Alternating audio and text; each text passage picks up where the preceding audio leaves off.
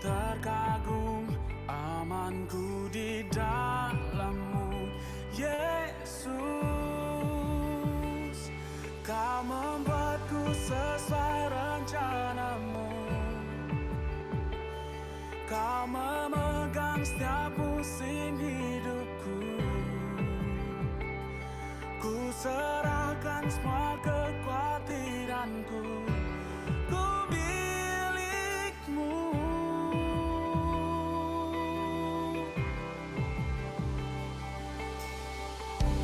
Karena pengorbanan-Mu, Kau jadikanku baru. Sungguh ku terkagum, amanku di dalam-Mu, Yesus. Kau membuatku sesuai rencana-Mu.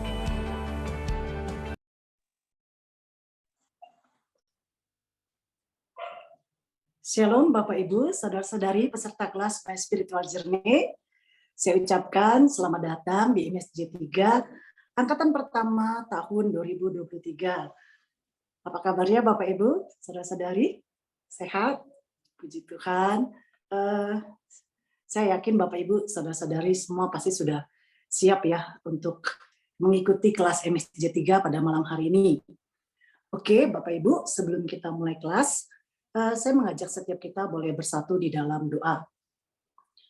Bapa di surga, Bapa yang baik, kami mengucap syukur untuk malam hari ini, kalau kami semua boleh berkumpul Tuhan, untuk boleh mengikuti kelas MSJ 3. Tuhan, hari ini kami rindu lewat materi pengajaran yang dibagikan selama MSJ 3, kami boleh benar-benar diperlengkapi, kami boleh mengerti Tuhan, kami boleh semakin bertumbuh, kami menjadi calon-calon CG leader yang dipersiapkan Tuhan, yang akhirnya nanti kami siap untuk melayani ya Allah. Biarlah Tuhan hari ini Engkau memberkati setiap peserta, Engkau juga yang memberkati setiap tim yang melayani, berkati setiap sinyal setiap kami Tuhan, berkati setiap perangkat yang kami gunakan Tuhan. Allah Roh Kudus bekerja di tengah-tengah kami, biarlah lewat kebenaran firman-Mu pada malam hari ini ada banyak rema yang boleh kami terima. Terima kasih Tuhan, kami mengucap syukur.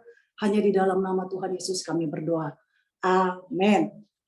Ya, perkenalkan Bapak Ibu Saudara-saudari, saya Kiki sebagai PIC kelas pada malam hari ini ya. Nah, jika Bapak Ibu Saudara-saudari ada ingin bertanya mengenai MSJ 3 ataupun butuh informasi, nanti boleh menghubungi saya di ruang chat Zoom secara private ya. Oke, sebelum kita memulai kelas ini, ada beberapa ketentuan ya ataupun aturan yang harus kita sepakati bersama ya, khususnya bagi setiap peserta MSJ 3 ya. Dan saya yakin Bapak Ibu saudara-saudari pasti bisa ya melakukannya, karena Bapak Ibu saudara-saudari adalah calon-calon CG leader ya. Oke, yang pertama adalah pada saat kelas berlangsung ya, pada saat kelas berlangsung diharapkan video setiap ataupun kamera setiap peserta itu boleh dihidupkan. Ya, jadi pada saat mengikuti kelas ini tidak diizinkan meng-off-kan kamera ya Bapak Ibu, dan pastikan posisi duduk Bapak Ibu itu terlihat dari kepala hingga bahu. Oke, dan jangan mengarahkan kameranya itu mungkin ke atas, ke samping gitu ya. Arahkanlah kepada wajah daripada Bapak Ibu supaya tim admin itu bisa melihat dengan jelas setiap Bapak Ibu ya. Oke. Ya, jadi dan jika Bapak Ibu misalnya nih nanti ada yang off-kan kamera, itu akan kita letakkan di waiting room ya Bapak Ibu. Jadi tidak diizinkan memang off-kan kamera.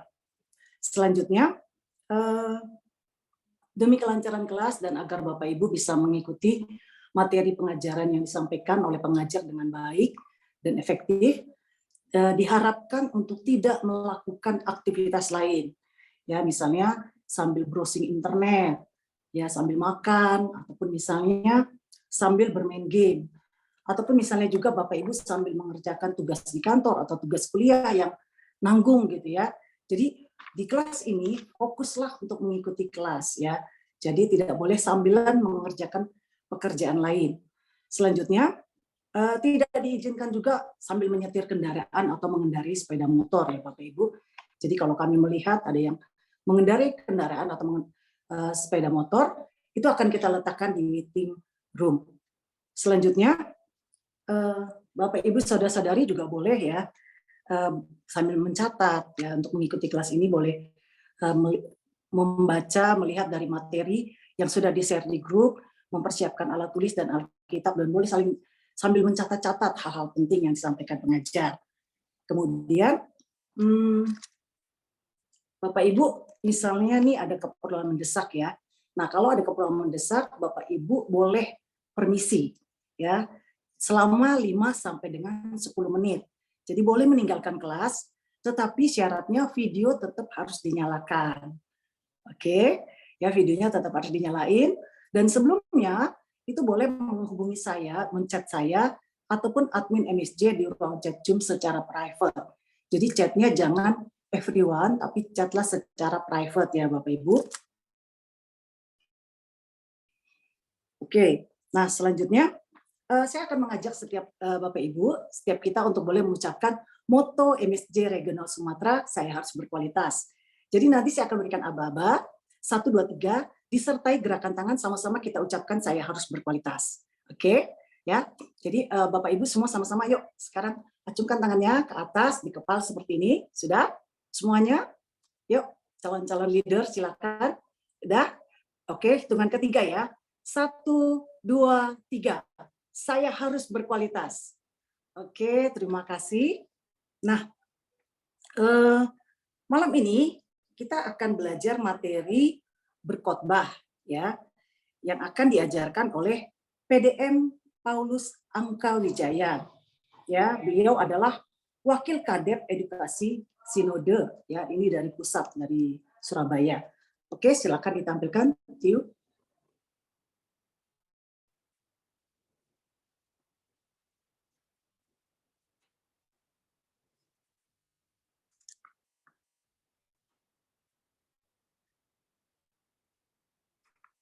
Ya, tunggu sebentar ya. Bapak Ibu boleh siapin materinya ya, dulu. Bagaimana kita mempersiapkan dan bagaimana kita mengkhotbah.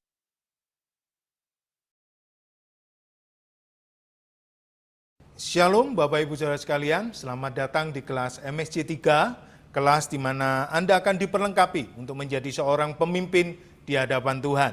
Dan malam hari ini kita akan belajar bersama-sama tentang materi berkhotbah. Ya, apa itu tentang berkhotbah? Ya, bagaimana kita mempersiapkan dan bagaimana kita mengkhotbahkan.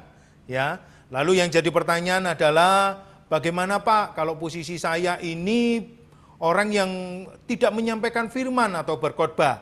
Tidak apa-apa Bapak Ibu Saudara sekalian, kita juga akan belajar bagaimana sih kalau di level kita hari ini yang telah menempuh MSJ 3 ini mempersiapkan firman dengan benar dan baik. Ya, dan ketika kita merenungkannya, mungkin kita tidak menyampaikan untuk umum, tetapi untuk hidup kita, agar firman itu bisa mengubahkan hidup kita. Dan bagi para Anda adalah seorang pemimpin, ya, maka kita perlu belajar bersama-sama. Di dalam materi ini ada 3 tujuan.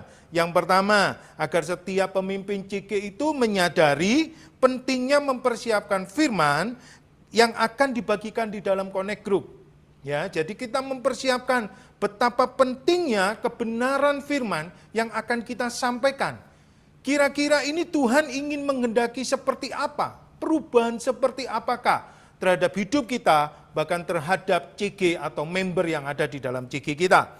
Lalu yang kedua, setiap pemimpin CG agar dapat memahami cara menyampaikan firman Tuhan yang baik, ya, agar dapat mencapai tujuan yang ditetapkan di dalam CGSM. Ya, Anda yang para pemimpin CG leader, Anda sudah tahu apa itu CGSM, ya, Connect Group, sharing material, ya, sudah disediakan oleh gereja. Tapi kita perlu, ya, agar dapat memahami maksudnya apa, ya, kenapa gereja memberikan materi ini, ya, tujuannya seperti apa, goalnya itu seperti apa, ya. Lalu yang ketiga, setiap pemimpin CG memahami bahwa setiap firman yang dibagikan itu bertujuan yang pertama memuridkan. Lalu yang kedua, membawa transformasi kehidupan bagi setiap anggota JG kita.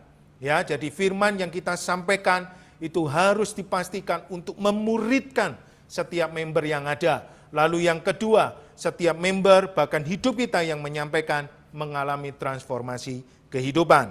Nah, kita tahu Bapak Ibu, ya, di dalam CG itu ada persahabatan. Di dalam CG itu juga ada saling melayani, ya, dan di dalam CG itu ada yang namanya merenungkan firman, ya. Ada firman yang dibagikan bersama-sama kita belajar dan tujuannya jelas. Tadi dikatakan pemuritan yang mengubah kehidupan. Ya, Anda bisa baca nanti di dalam Kisah Para Rasul pasal yang kedua ayat yang ke-41 sampai 47. Ya, itu tentang cara hidup jemaat mula-mula atau cara hidup jemaat awal, ya, ketika para rasul, ya, itu memimpin mereka. Di sana kita bisa belajar ada momen di mana mereka memecahkan roti bersama, ada momen di mana mereka fellowship, persekutuan bersama, ada sebuah persahabatan antara orang-orang percaya. Tetapi di situ juga ada, mereka bukan cuma fellowship, tetapi mereka berlomba-lomba melayani satu dengan yang lainnya. Dan di sana jelas dikatakan, para rasul itu menyampaikan kebenaran firman Tuhan. Ya, mereka menyampaikan isi hati Tuhan. Dan di sanalah terjadi yang namanya transformasi kehidupan orang-orang percaya. Oleh karena itu, kita penting untuk setiap pemimpin mengetahui betapa pentingnya kita menyampaikan kebenaran firman Tuhan dengan tepat sesuai yang Tuhan kehendaki. Ya, nah dikatakan di dalam materi Anda, ya, oleh karena itu seorang pemimpin CG itu bertugas, ya, melayani membagikan firman yang disertai dengan hal-hal praktis yang mudah untuk dipraktekkan di dalam kehidupan sehari-hari. Kenapa kok dikatakan hal-hal yang praktis? Ya, karena hal-hal yang praktis itu akan membuat setiap kita yang ada di CG itu merasakan sebuah persahabatan. Firman Tuhan itu praktis yang harus bisa mengandung nilai persahabatan. Ya, walaupun ada teguran mungkin, ya, tetapi teguran itu membuat seseorang itu tetap bisa diterima, di welcome. Di CG semua orang itu sama, di welcome. Agar apa? Agar setiap kita mengalami perubahan. Lalu di sana juga dikatakan, ya, agar firman itu menimbulkan rasa melayani. Ya, firman itu membangun setiap member CG untuk mereka bisa melayani. Yang pertama, melayani Tuhan. Yang kedua, melayani visi Tuhan atas gereja, bahkan atas CG kita. Lalu yang berikutnya adalah agar firman Tuhan itu, ya, nilai-nilai praktis yang bisa menjadikan nilai pemuritan. Ya, ingat bahwa setiap orang kita beda. CG itu bukan persekutuan doa, ya, yang kita cuma sekedar kumpul, dengarkan firman satu arah, habis itu pulang, minggu depan kumpul kembali tanpa mengalami sesuatu. Tetapi CG itu ada, Tuhan kehendaki atas gereja kita untuk semua orang yang ada di dalamnya menjadi murid-murid Kristus. Ya, mari kita masuk lebih dalam lagi. Ada 3 hal yang harus diperhatikan di dalam mempersiapkan firman di dalam CG. Yang pertama, persiapan pribadi. Ya, kenapa kok persiapan pribadi ini penting? Karena persiapan pribadi yang baik dan benar itu akan menghasilkan sebuah impartasi yang penuh kualitas. Ya, kita bukan cuma sekedar menyampaikan aja firman Tuhan. Kita baca, kita buka sebuah ayat atau kebenaran firman, lalu kita sampaikan, lalu tidak terjadi apa-apa. Tidak, kita mau menyampaikan ini sesuai dengan apa yang Tuhan mau, maka ada sebuah impartasi yang bisa mengubah. Ya, itulah yang namanya kualitas. Nah, apa yang perlu dilakukan? Ya, yang pertama, agar kita bisa mempersiapkan persiapan pribadi, yang pertama adalah manusia roh kita. Ya, saya kutip di dalam sebuah kebenaran firman Tuhan, Amsal 20 ayat 27. Kenapa manusia roh kita perlu dipersiapkan? Firman Tuhan berkata begini, roh manusia adalah pelita Tuhan yang menyelidiki seluruh lubuk hatinya. Ya, jadi roh manusia ini penting, ya, untuk apa? Dipersiapkan agar kita tahu bagaimana Tuhan itu akan menerangi setiap kehidupan kita. Ya, dikatakan, bangunlah manusia roh Anda dengan disiplin berdoa, berbahasa roh, dan merenungkan firman Tuhan setiap waktu. Ketika manusia roh kita bertumbuh, maka kita akan ada sebuah pelita atau terang Kristus yang nyata. Sehingga firman yang kita sampaikan itu bisa mengubah, ya, atau firman yang kita sampaikan itu bisa diterima oleh member-member CG, sehingga mereka bisa merasakan Kristus, mereka mengenal pribadi Tuhan Yesus, dan mereka juga mengalami pertumbuhan. Ya, yang kedua, ya, apa yang perlu dipersiapkan selain manusia roh kita? Jagalah hidup kita. Ya, kenapa kok kita harus menjaga hidup kita? Karena hidup kita ini akan menjadi saluran yang bersih, ya, ketika kita menyampaikan firman Tuhan. Sehingga apa? Kebenaran firman Tuhan itu bisa sampai kepada setiap member kita. Ya, Ibrani 13 ayat yang ke-7, saya kutip begini. Ingatlah akan pemimpin-pemimpin kamu yang telah menyampaikan firman Allah kepadamu. Perhatikanlah akhir hidup mereka dan contohlah iman mereka. Ya, firman Tuhan mengatakan begini, ingatlah akan pemimpin-pemimpin kamu, pemimpin-pemimpin yang menyampaikan firman. Ya, lalu dikatakan di situ, perhatikanlah akhir hidup mereka dan contohlah iman mereka. Kenapa kita penting menjaga hidup kita? Karena hidup kita itu adalah sebuah keteladanan. Ya, firman yang kita sampaikan itu jangan sampai menjadi kayak sebuah peribahasa tong kosong nyaring bunyinya.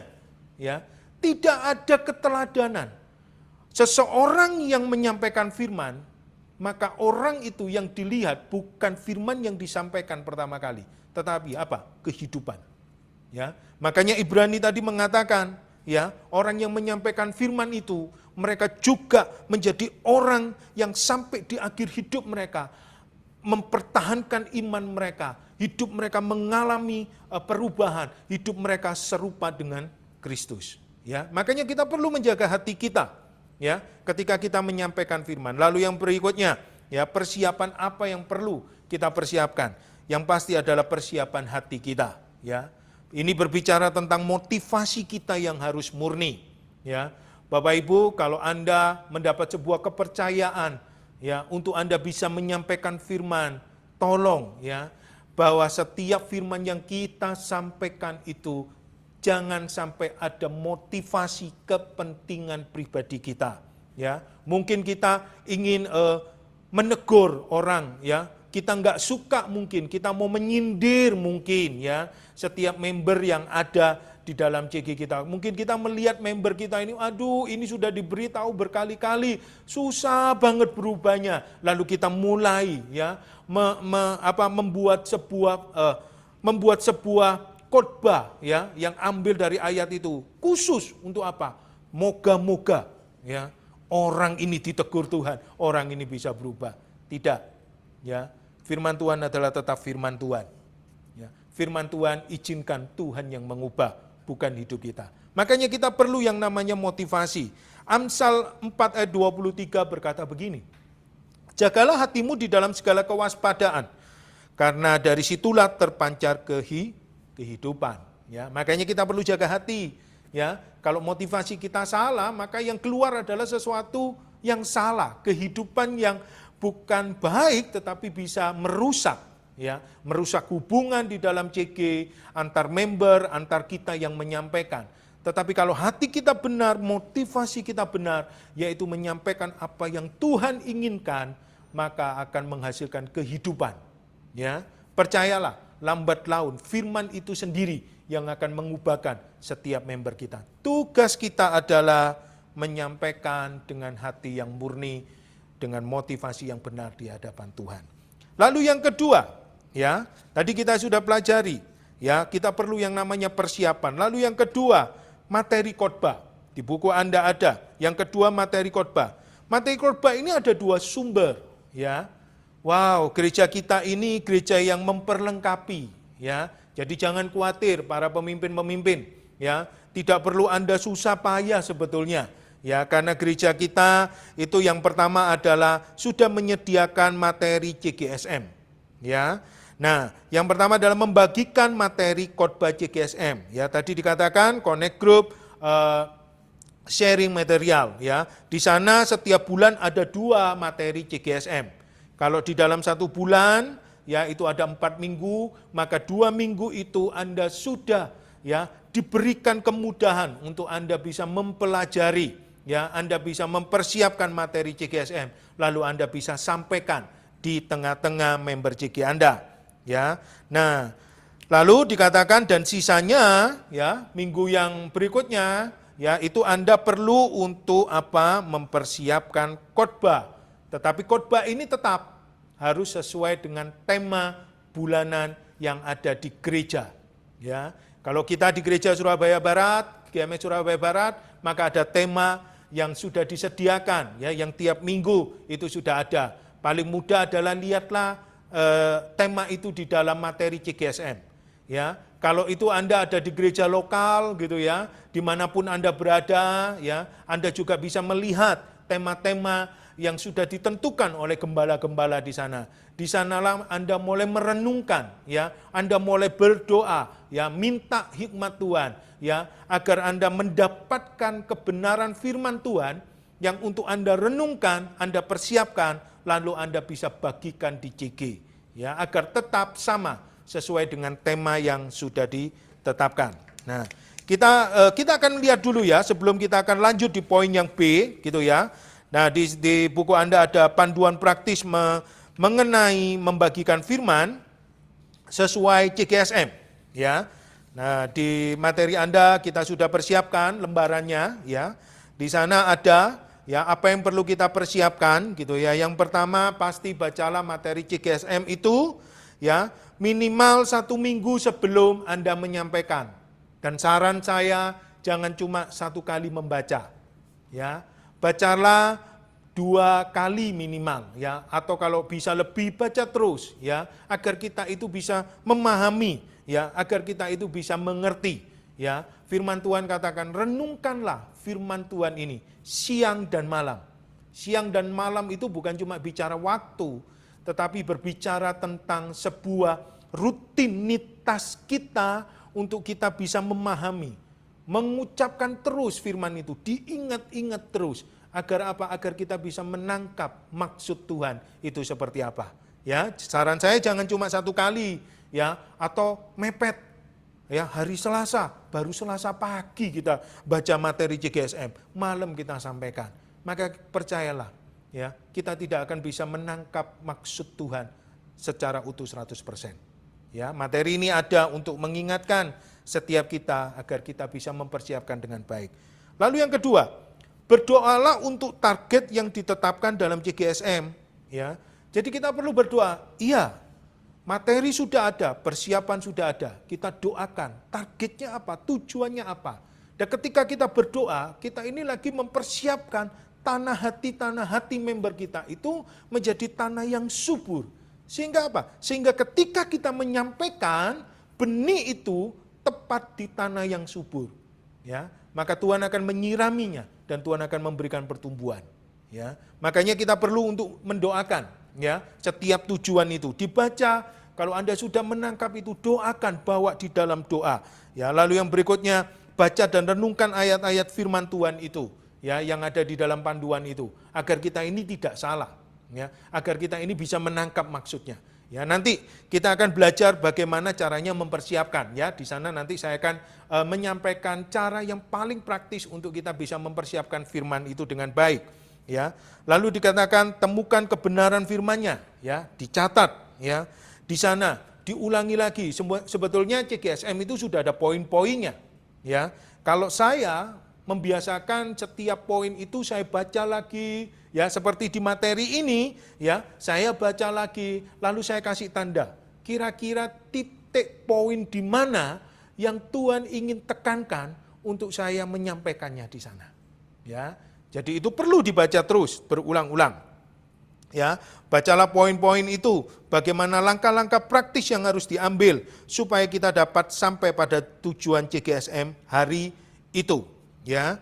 Nah, lalu bagikan dengan bahasa yang mudah untuk diterima oleh member CG, ya, Bapak Ibu, ya, enggak perlu kita cari bahasa-bahasa yang lain. Kalau firman Tuhan ini saya sarankan nggak perlulah ya, nanti ada firmannya lalu kita search, kita cari bahasa aslinya, bahasa Ibraninya, lalu kita bahas di situ. Tidak perlu Bapak Ibu, ya cukup kita merenungkan itu, cari bahasa yang mudah dimengerti ya. Karena setiap member kita itu punya pemahaman yang berbeda-beda. Lalu dikatakan pikirkan dan renungkan hal-hal apa yang menjadi bahan diskusi. Nah ini penting. Makanya tadi saya katakan, CG itu bukan persekutuan doa, satu arah. Tetapi CG itu dua arah.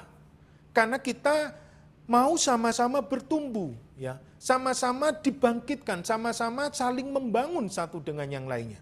Makanya para CGL penting sekali ketika Anda menyiapkan materi untuk Anda menyampaikan kebenaran firman Tuhan atau membagikan kebenaran firman Tuhan, Anda harus juga mempersiapkan kira-kira apa yang bisa didiskusikan. Ya, mungkin Anda bisa melontarkan sebuah pertanyaan, lalu semuanya mulai, ayo kasih pendapat. Kira-kira Anda mendapatkan apa? Maka setiap member itu ketika mereka mulai berkata-kata atau menceritakan atau sharing, saya percaya setiap sharing itu akan membangun satu dengan yang lainnya. Ya, makanya kita perlu persiapan yang penting di sana. Lalu yang ketujuh, Anda bisa menutup materi CGSM ya dengan pilihan banyak di sini ya. Kalau itu Anda perlu ada altar call, silakan Anda altar call ya. Lalu Anda bisa memberikan, mungkin perlu yang terakhir adalah saya mau mendoakan. Ayo siapa yang perlu didoakan dengan permasalahan mereka, silakan Anda bagi di situ. Di sini sudah ada panduannya yang jelas ya. Tolong dipersiapkan agar kita menyampaikan dengan baik. Ya, lalu yang berikutnya adalah yang B. Kita kembali lagi ke materinya. Ya. Yang B, membagikan dan mempersiapkan materi khotbah sendiri sesuai dengan tema bulanan. Ya, tadi saya katakan bahwa setiap kita boleh mempersiapkan, tetapi tetap kepada koridor yang jelas, yaitu tema bulanan yang ada di gereja, yang sudah ada di gereja lokal ataupun di tempat Anda digembalakan. Ya, yang pertama yang perlu dilakukan adalah ketika kita membagikan dan mempersiapkan materi khotbah, pasti berdoalah. Ya, berdoa apa? Berdoa minta tuntunan Roh Kudus. Ya. Kenapa kok kita perlu berdoa? Ya. Mempersiapkan firman ini perlu saudara. Ya. Saya mempelajari begini, kenapa kok ada orang itu bisa menjadi orang Farisi, Alkitab berkata. Karena orang Farisi itu cuma isinya merenungkan firman Tuhan terus, ya. Kadang-kadang hati mereka itu tidak diubahkan melalui doa. Kita harus balance antara kita membaca, merenungkan firman Tuhan dengan kita berdoa, persekutuan pribadi kita dengan Tuhan. Ya. Apalagi ketika kita mau menyampaikan firman Tuhan, kita perlu tuntunan Roh Kudus. Kenapa? Karena kita menyampaikan bukan isi hati kita, tapi kita mau menyampaikan isi hati Tuhan. Ya, saya bagikan firman Tuhan di dalam 2 Timotius 3 ayat yang ke-16 berkata begini, segala tulisan yang diilhamkan Allah memang bermanfaat. Untuk apa sih? Untuk mengajar. Untuk apa lagi? Untuk menyatakan kesalahan. Untuk apa lagi? Untuk memperbaiki kelakuan dan untuk mendidik orang dalam kebenaran. Ya. Jadi Alkitab yang kita baca itu diilhamkan Allah. Lalu ditangkap oleh para penulis-penulis Alkitab. Ya. Ada kurang lebih 40 pria yang menuliskan. Ya, sehingga menjadi yang namanya perjanjian lama, perjanjian baru di dalam Alkitab kita. Diilhamkan ya, oleh Roh Kudus, mereka dituntun. Ya. Mereka menuliskan itu, Injil dituliskan, kisahnya Ayub itu semua. Bagaimana Musa mendapatkan ilham di sana. Lalu dituliskan sedemikian rupa, sesuai dengan petunjuk dan sesuai dengan maksud Tuhan. Makanya kita perlu berdoa. Saya dorong buat setiap Anda para pemimpin. Ketika Anda tahu Anda diberi tanggung jawab untuk membagikan firman Tuhan. Yang pertama yang harus Anda lakukan sebetulnya, berdoalah dulu. Minta hikmat Roh Kudus. Minta Roh Kudus mengilhamkan. Ya, tulisan ini maksudnya apa? Ayat ini maksudnya apa? Termasuk CGSM yang Anda lagi baca itu maksudnya apa? Minta tuntunan. karena Roh Kuduslah yang menulis, tanda kutip, menulis melalui orang-orang atau para pria, 40 para pria ini di dalam Alkitab. Tapi semuanya maksud daripada Dia. Ya, perlu kita berdoa dulu, ya. Lalu dikatakan merenungkan firman Tuhan yang kedua. Ya, saat kita merenungkan firman, temukan apa yang menjadi kehendak Tuhan. Ya, yang untuk disampaikan pertama-tama untuk diri kita, kemudian untuk member CG. Ya, kita perlu selain berdoa renungkan, ya, baca firman Tuhan itu lagi lah, ya. Sekali lagi kalau belum mendapatkan ya sesuatu yang istilahnya yang Tuhan mau sampai kita itu merasakan, oh ini maksud Tuhan, baca lagi.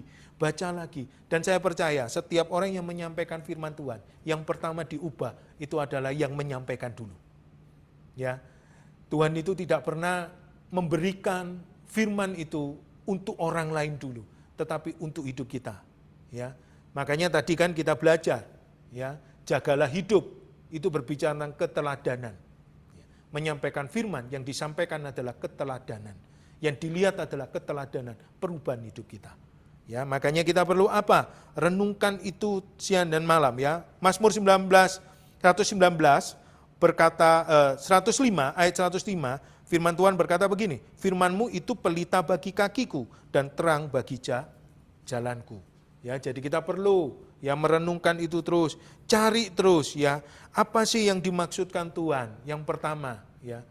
Saya ketika menyampaikan firman Tuhan, saya tahu bahwa yang perlu diubah adalah hidup saya dulu. Ya. Setiap saya mencatat renungan itu, ya, saya melihat mengoreksi hidup saya dulu. Ya. Saya berkaca dulu kepada firman itu. Ya. Baru dari sanalah saya mulai mengerti maksud Tuhan. Lalu saya mulai bertanya sama Tuhan, Tuhan kira-kira ini untuk CG atau untuk jemaat itu berbicara seperti apa?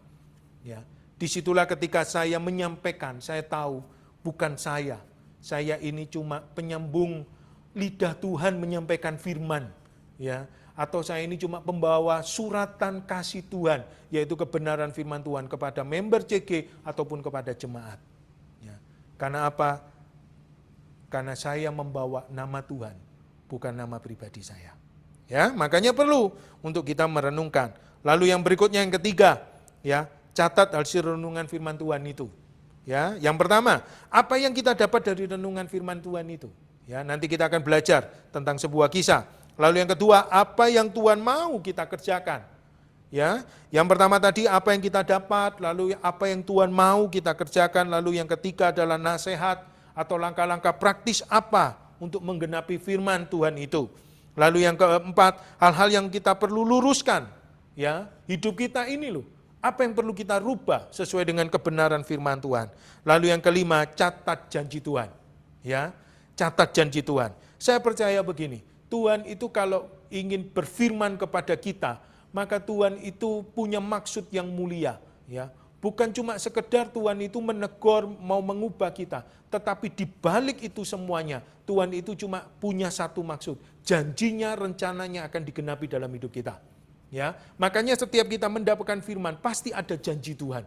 Ya, entah kita melakukan sebuah kesalahan yang cukup fatal mungkin, Tuhan mungkin firman Tuhan menegur hidup kita untuk kita berubah, tetapi sebetulnya janji Tuhan itu satu, Tuhan ingin pulihkan hidup kita, Tuhan ingin selamatkan hidup Tuhan, Tuhan ingin berkati hidup kita. Ya, pasti ada janji yang Tuhan sediakan di dalam setiap kehidupan kita. Nah, oleh karena itu mari kita belajar bersama-sama. Contohnya, ya, di dalam 2 Tawarik 12 ayat 1 sampai 16 itu tentang kisah Raja Sisak, ya, menyerang Yerusalem. Ya, Raja Sisak menyerang Yerusalem. Ya, saya bacakan. Ya, Sisak menyerang Yerusalem. Ayat yang pertama, Rehabeam berserta seluruh Israel meninggalkan hukum Tuhan. Ya, ketika di kerajaannya menjadi kokoh dan kekuasaannya menjadi teguh. Tetapi pada tahun kelima zaman Raja Rehabeam, majulah Sisak, Raja Mesir, menyerang Yerusalem karena mereka berubah setia terhadap Tuhan. Ayat yang ketiga, dengan 1.200 kereta dan 60.000 orang berkuda, sedang rakyat yang mengikutinya dari Mesir, yaitu orang Libya, orang Suki, dan orang Ethiopia, tidak terhitung banyaknya. Ia merebut kota-kota benteng yang di Yehuda, bahkan mendekati Yerusalem. Nabi Semaya datang kepada Rehabeam dan pemimpin-pemimpin Yehuda yang berkumpul di Yerusalem, berhubung dengan ancaman Sisak dan berkata kepada mereka, beginilah firman Tuhan, kamu telah meninggalkan aku, oleh sebab itu aku pun meninggalkan kamu juga dalam kuasa Sisak. Lalu ayat yang ke-6, maka pemimpin-pemimpin Israel dan raja merendahkan diri dan berkata, Tuhanlah yang benar. Ketika Tuhan melihat bahwa mereka merendahkan diri, datanglah firman Tuhan kepada Semaya, bunyinya, mereka telah merendahkan diri, oleh sebab itu aku tidak akan memusnahkan mereka. Aku segera akan meluputkan mereka dan kehangatan murkaku tidak akan dicurahkan atas Yerusalem dengan perantaraan Sisak.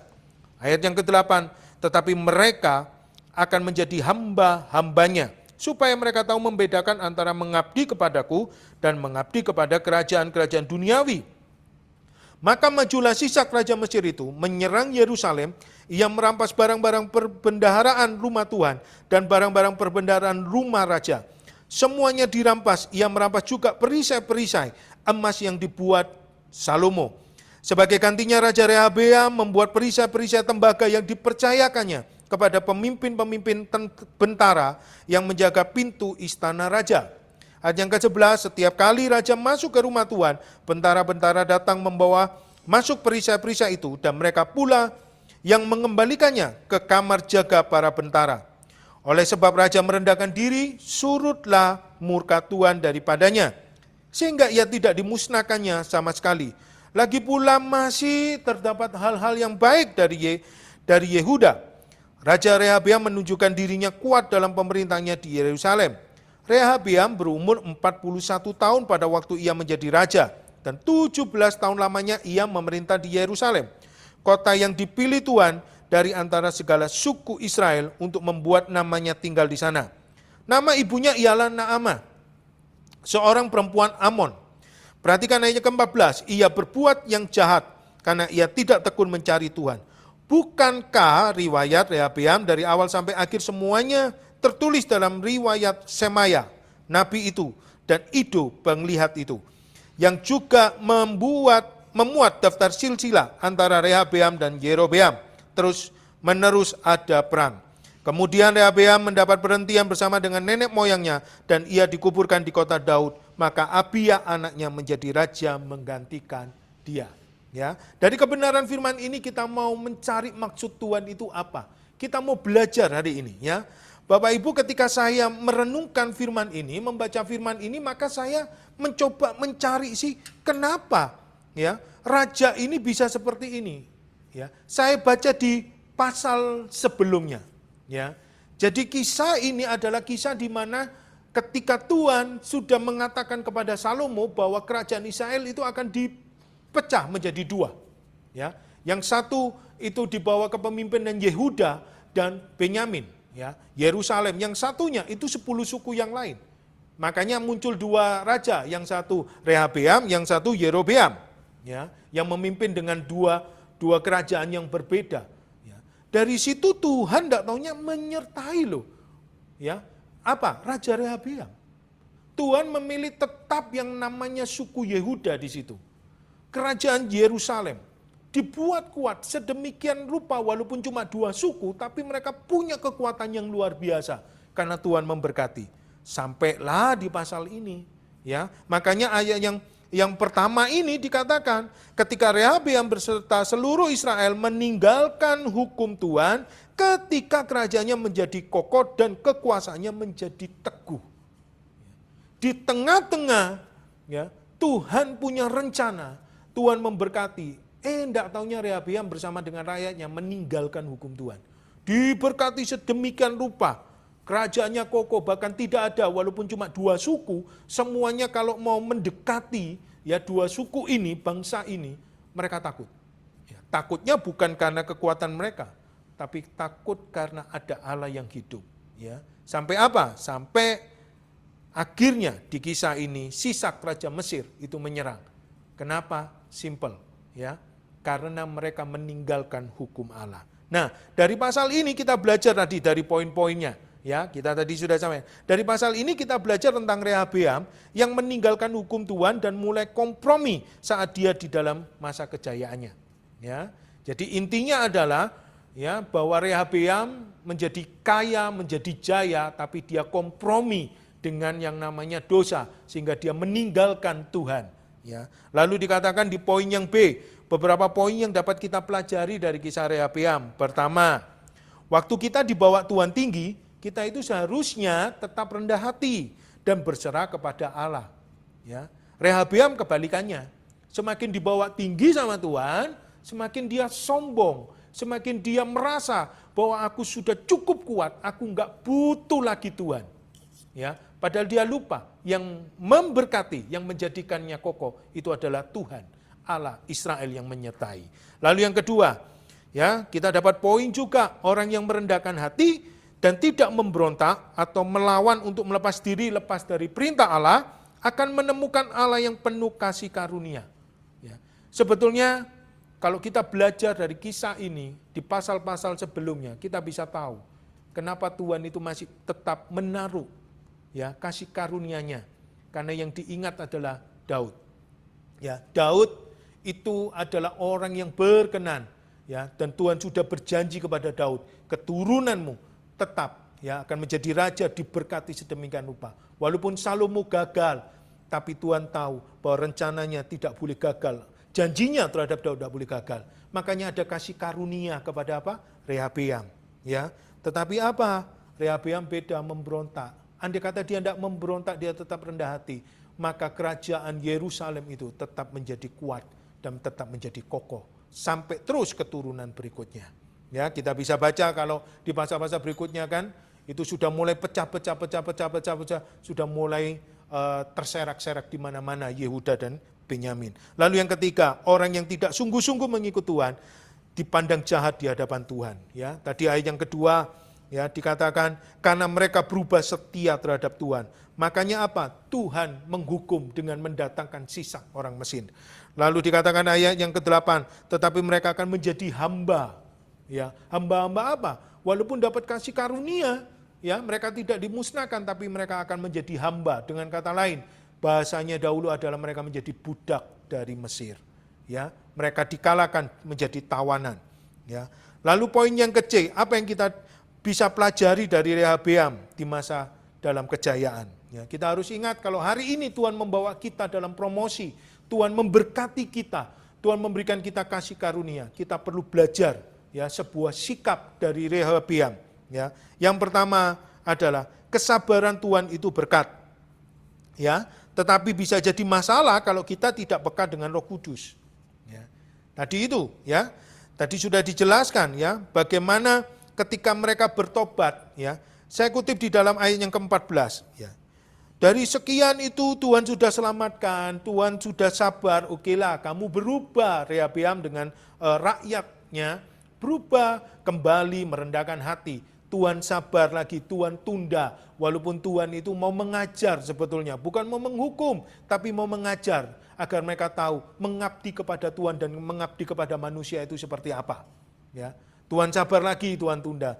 Muncullah ayat yang ke-14. Ia berbuat yang jahat karena ia tidak tekun mencari Tuhan.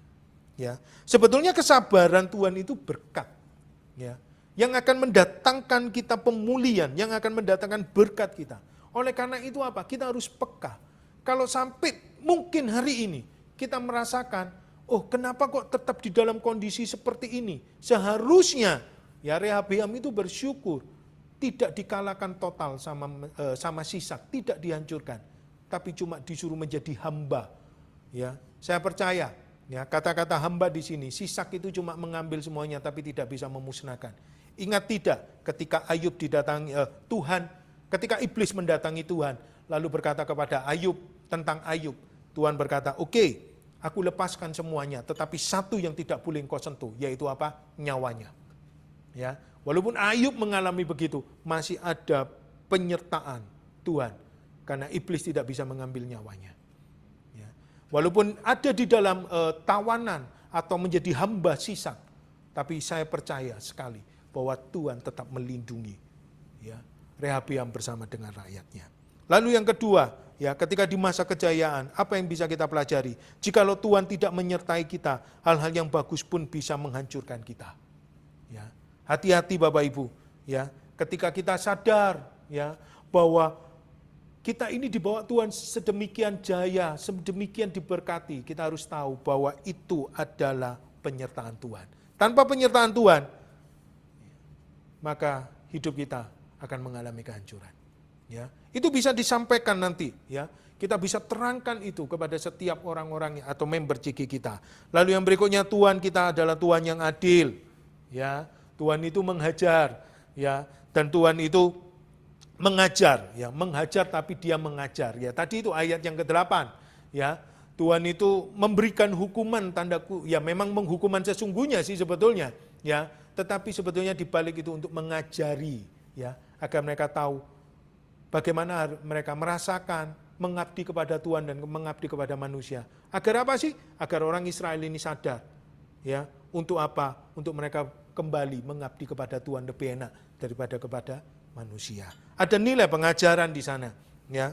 Lalu yang berikutnya, lalu check up rohani, ya.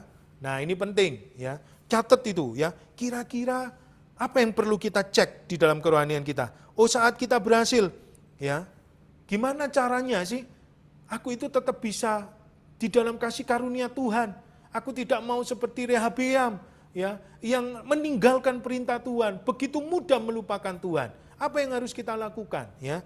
Yang perlu kita lakukan adalah kita harus mengembalikan kemuliaan. Ya. Kita harus bersyukur sama Tuhan. Kita harus berkata kepada Tuhan, ini semua bukan karena usahaku, tapi ini semua oleh karena Engkau Tuhan. Kita datang, ya, kita boleh menikmati, tetapi kita mengingat terus akan kebaikan Tuhan. Ya, kita nggak boleh sombong, kita tidak boleh tinggi hati. Ya. Lalu yang berikutnya, apa yang kita kejar? Ya. Ketika kita di dalam masa kejayaan, hati-hati Bapak Ibu. Ya. Ketika kita ambisius, ya, ketika kita ini sudah mulai orientasinya bukan memuliakan Tuhan di dalam pekerjaan kita, bukan lagi mengucap syukur dengan berkat Tuhan, tetapi kita mulai berubah. Target goalnya adalah uang, target goalnya adalah membuat kita kaya, ya, maka kita akan menjadi seperti Rehabeam. Tapi ketika kita menata di dalam kejayaan itu, kita tahu bahwa semuanya aku kembalikan, aku akan gunakan untuk mengerjakan visi Tuhan. Aku akan gunakan untuk memuliakan nama Tuhan, untuk melayani Tuhan dengan segala berkat yang Tuhan terima. Maka kita akan tetap dipercaya Tuhan di dalam masa kejayaan kita. Karena Tuhan itu berfirman kita akan menjadi kepala bukan ekor. Ya, kalau Tuhan yang berfirman kita menjadi kepala, kita akan menjadi berkat untuk memberkati. Maka itu bicara tentang kepercayaan Tuhan atas hidup kita. Ya, lalu yang terakhir, yang E. Nah, ini janji Tuhan apa? Ada janji Tuhan di sini. Ya, janji Tuhan bagi orang yang merendahkan diri, ia akan ditinggikan. Orang yang mengejar perkenanan Tuhan akan dipercaya hal-hal yang lebih besar. Ya, tetap rendah hati, maka Tuhan akan tinggikan kita. Ya, lalu tetap di dalam perkenanan Tuhan. Dengan cara apa? Mengembalikan semuanya. Ya, kita sadar bahwa ini semua bukan oleh karena kita, tetapi oleh karena kasih karunia Tuhan. Maka kita akan mendapatkan perkenanan. Dan di dalam perkenanan akan ada penyediaan. Kenapa? Karena kita bisa dipercaya. Semakin kita diberkati, Tuhan tahu berkat itu untuk orang lain, untuk pekerjaannya. Maka semakin itu juga Tuhan akan berkati hidup kita. Ya, dari poin ini ya kita bisa catat itu, kita bisa tahu nilainya, kita bisa sampaikan kepada member kita agar apa? Agar setiap kita menjaga hidup kita. Ya, ketika Tuhan sudah berkati kita, seharusnya kita lebih lagi sungguh-sungguh sama Tuhan. Ya, oke, tadi kita sudah masuk ya bagaimana kita mempersiapkan materi khotbah. Nah, sekarang bagaimana kita membagikan firman-Nya sekarang? Ya, tadi kita sudah belajar ya mempersiapkan. Ya, lalu kita masuk di poin yang ketiga, bagaimana kita membagikan firman-Nya. Ya, ada hal yang praktis yang simpel aja yang perlu kita perhatikan. Ya, ketika kita dipercaya menyampaikan firman, ya, hal yang pertama adalah kata-kata yang diucapkan harus jelas. Ya, Bapak Ibu, kita perlu belajar di sini. Ya, gaya bahasa yang baik dan mudah dimengerti, penggunaan kata-kata yang baik.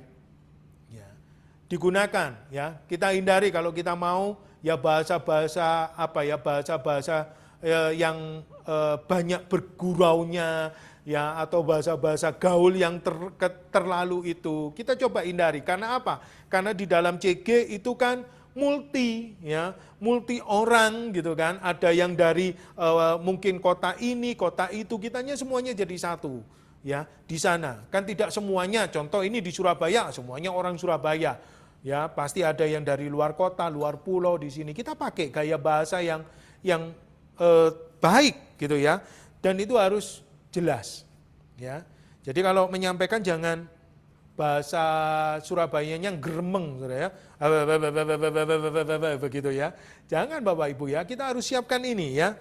Bahasa ditata pelan-pelan, nggak apa-apa. Belum terbiasa, justru kalau belum terbiasa, ucapkan, sampaikan itu perlahan-lahan. Agar orang itu bisa mengerti ya, apa yang kita ucapkan, apa yang kita katakan. Lalu usahakan saat menyampaikan firman jangan membaca catatan khotbah terus ya. Ingat Bapak Ibu, kita bukan lagi pengumuman ya, jadi baca begini ya. Bagaimana ya kalau hari ini kan saya menyampaikan ini ya, Anda bisa membayangkan kalau dari awal tadi saya ngambil kertas saya lalu saya baca begini ya. Maka fokus orang itu akan bingung loh, ini lagi ngomong sama siapa gitu ya, ini siapa, orang kan melihat kita ya, aduh kok kayak gini ya, kurang nyaman, kurang enak. Tetapi belajar ya, makanya apa, dikatakan yang ketiga, belajarlah untuk gestur mimik wajah yang jelas, usahakan itu ada tatapan mata, eye contact ya, nggak apa-apa ya. Kalau kita masih belajar, makanya tadi saya katakan, baca berkali-kali sampai kita itu bisa mengingat, minimal itu ada beberapa hal yang sudah ada di dalam pikiran kita, lalu ketika kita nyampaikan, sesekali aja, poin-poin pentingnya aja yang perlu kita tahu, kita bisa menjelaskan. Makanya kita perlu persiapan, tidak boleh mepet, ya. Kita harus persiapan bukan cuma satu kali, kalau bisa berkali-kali kita persiapkan. Kita mau memberi yang terbaik, ya. Gestur dan mimiknya, ya. Ya, usahakan jangan flat Bapak Ibu ya. Ya, kalau ini bicara firman yang betul-betul contoh ini ya, firmannya mungkin ada sesuatu yang ringan, jangan dibuat tegang. Ya, atau kita mau bicara yang serius itu, jangan terus mimik wajah kita itu tidak kelihatan seriusnya, ya. Atau mungkin itu ada sedikit lah ya gurauan seperti itu, ya kita itu datar begini. Maka orang yang datang, ya, mereka itu akan bosan mendengarkan, ya. Lalu minggu depan datang lagi, aduh yang nyampaikan begini, lalu mereka lama-lama mulai cari kesibukan, ya. Firman-Nya luar biasa, firman-Nya itu iya dan amin pasti mengubah, tapi kita perlu mempersiapkan dengan baik. Lalu yang berhitungan, perhatikan durasi waktu, ya Bapak Ibu, ya kan di sana ada, ya. Buatlah kalau menyampaikan firman ya jangan terlalu panjang juga, ya. Kenapa? Karena kan kita perlu diskusi di situ, perlu yang namanya sharing satu dengan yang lainnya. Semakin panjang, ingat CG juga bukan Bible study, ya. Pelajaran untuk firman Tuhan, membedah firman, bukan. CG itu adalah untuk sharing, ya, untuk membangun satu dengan yang lainnya. Beda ya. Kalau khotbah aja ada batasan waktunya. Ya, kita diberikan waktu, jangan sampai apa, terlalu panjang, orang nggak bisa nangkep semuanya nanti. Ya, terlalu banyak itu terlalu berat. Ya, nah ini perlu diperhatikan ya, bagaimana kita membagikan firman. Oke, yang terakhir, ya, yang terakhir, etikanya. Nah, kenapa kok kita perlu diatur dengan sebuah frame yang jelas, yaitu etika. Ya. Agar apa Bapak Ibu? Agar ketika firman itu disampaikan, itu justru mengandung sebuah persahabatan dan bisa memulihkan. Dan bisa mengalami transformasi kehidupan, bahkan memuridkan. Makanya kita perlu etika. Ya. Etika yang pertama adalah motivasi. Tadi sudah dikatakan, kalau menyampaikan firman, jangan menyindir, jangan menghakimi. Ya. Walaupun itu firmannya betul-betul kita menyampaikan, ya mungkin ada orang yang memang betul-betul persis seperti apa yang kita sudah siapkan. Please tolong, kita harus mengatur kata-kata kita dengan baik. Ya, Walaupun motivasi kita itu bukan mau nyindir, itu pun loh kita harus atur dengan baik.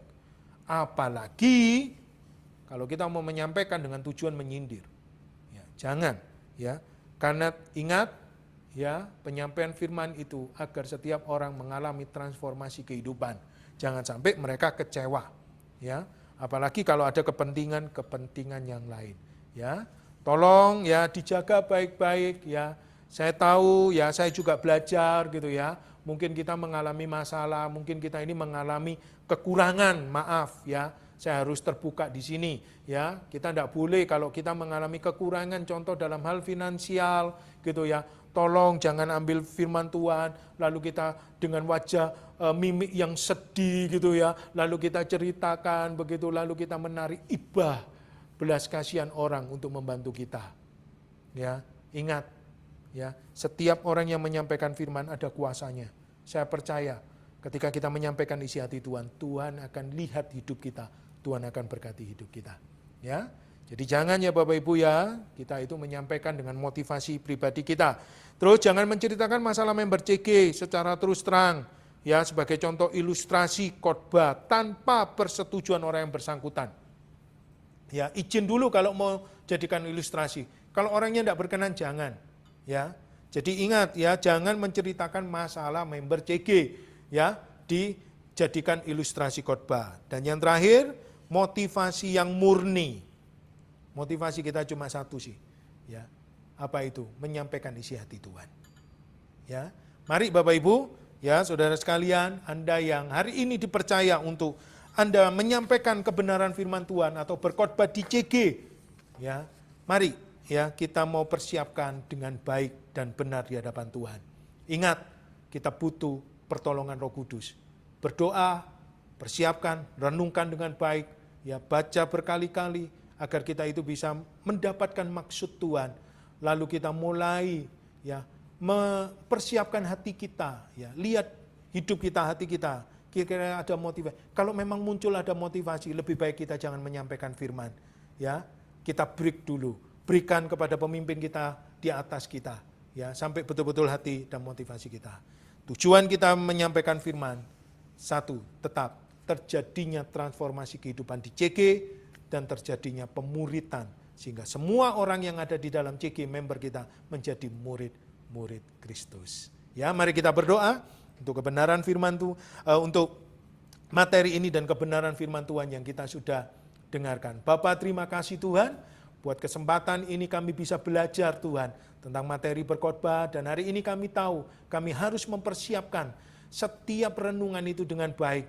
Entah itu persiapan hati kami Tuhan, persiapan materi yang ada, persiapan hidup kami Tuhan. Ajari setiap kami Tuhan, ketika kami merendahkan hati, Engkau memberikan hikmat bagi setiap kami Tuhan. Berkati setiap peserta Tuhan dari kelas MSJ ini, biarkan materi ini memperlengkapi dan mengingatkan Tuhan. Dan ketika mereka dipakai, dipercaya untuk berkhotbah, membagikan firman Tuhan kepada CG yang ada, yang mereka dipercayakan di dalam hidup mereka Tuhan. Benar-benar firman yang daripada Engkau yang akan mengubahkan, membangun setiap connect group yang mereka pimpin Tuhan. Terpujilah nama-Mu Tuhan. Terima kasih Bapa. Di dalam nama Tuhan Yesus Kristus kami sudah berucap syukur.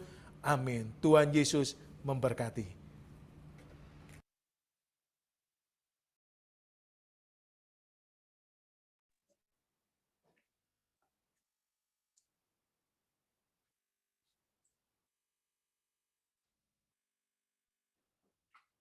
Ya, baiklah Bapak Ibu, saudara-saudari, materi pengajaran kita sudah selesai.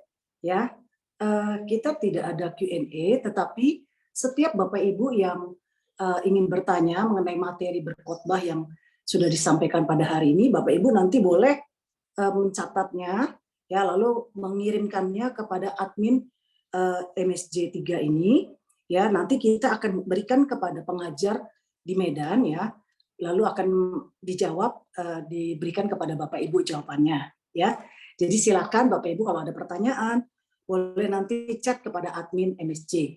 Oke, baiklah Bapak Ibu, saya percaya bahwa setiap kita pasti sangat diberkati ya dengan materi berkhotbah pada malam hari ini, dan kita boleh sama-sama mengerti bagaimana cara mempersiapkan firman dan juga membagikan CGSM di CG.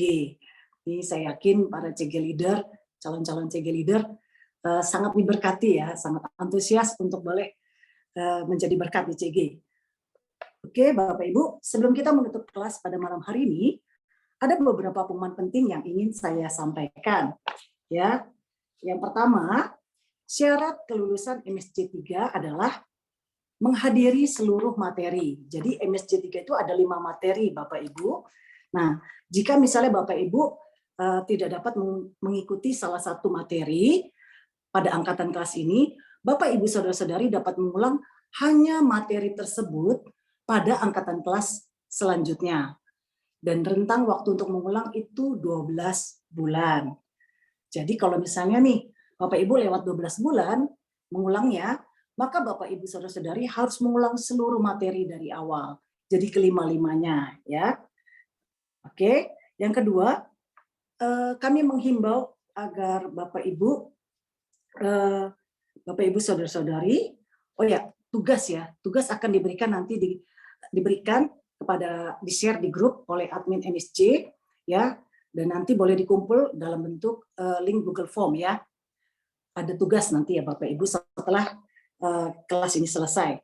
Nah, kemudian kami menghimbau agar Bapak Ibu saudara-saudari selalu berpakaian rapi dan sopan selama mengikuti kelas MSC ini ya. Oke. Dan kemudian kelas selanjutnya itu akan kita adakan pada hari Kamis tanggal 16 Februari pukul 7 sampai dengan pukul 9 ya. Dan diharapkan Bapak Ibu saudara-saudari boleh hadir tepat waktu. Kami memberikan toleransi keterlambatan hanya 10 menit. Jadi sekali lagi Bapak Ibu hanya 10 menit ya. Enggak lagi 15 menit. Jadi jika misalnya Bapak Ibu masuk di Zoom pada pukul 7:11, kami mohon maaf karena secara sistem Bapak Ibu saudara-saudari sudah tidak dapat lagi melakukan presensi ya, namun tetap dapat mengikuti kelas. Oke. Yang terakhir, sekarang saya mengajak setiap kita untuk boleh sama-sama berdoa. Kita akan tutup dengan doa berkat. Yuk kita bersatu di dalam doa. Bapa di surga, terima kasih Tuhan, kami mengucap syukur kalau hari ini kami sudah selesai mengikuti materi yang pertama Tuhan, berkhotbah. Tuhan, ini kami calon-calon CG leader, calon-calon pemimpin Tuhan. Mari pakai kami, biarlah seluruh kebenaran yang disampaikan pada hari ini Tuhan, itu boleh kami praktekkan, sehingga ketika kami dipercaya menjadi seorang pemimpin di CG leader, menjadi CG leader, kami boleh menjadi berkat bagi setiap member-member kami. Terima kasih Bapak, kami mengucap syukur untuk hari ini. Biarlah kami memberikan yang terbaik, mempersiapkan firman Tuhan dan mempersiapkan membagikan materi dengan sebaik-baiknya ketika kami dipercaya menjadi CG leader. Terima kasih Bapak, kalau sebentar nanti kami akan berpisah. Tuhan, Kau yang menyertai setiap kami Tuhan, Kau juga yang memimpin langkah-langkah kami selanjutnya. Mari kita angkat kedua tangan kita. Terimalah berkat yang berasal daripada Allah Bapa, kasih daripada Yesus Kristus, pengorbanannya di kayu salib, dan Allah Roh Kudus yang akan menyertai, memampukan kita, memaksimalkan setiap kita untuk menjadi pemimpin-pemimpin. Terimalah berkat ini di dalam nama Tuhan Yesus. Amin. Oke, demikianlah Bapak Ibu akhir dari kelas MSJ 3 online malam hari ini. Ya, terima kasih kepada seluruh Bapak Ibu yang sudah hadir di MSJ 3.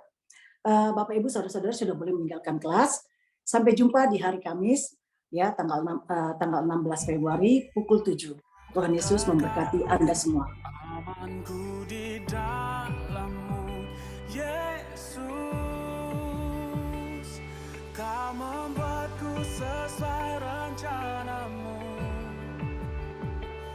Kau memegang setiap musim hidupku. Ku serahkan semua kekhawatiranku, ku milik-Mu.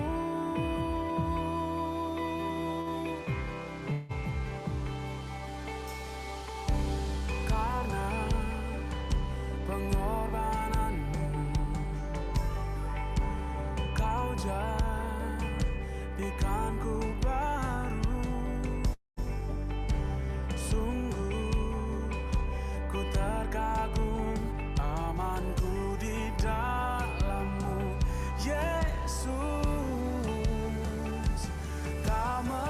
hidupku sesuai rencanamu. Kau memegang setiap musim hidupku.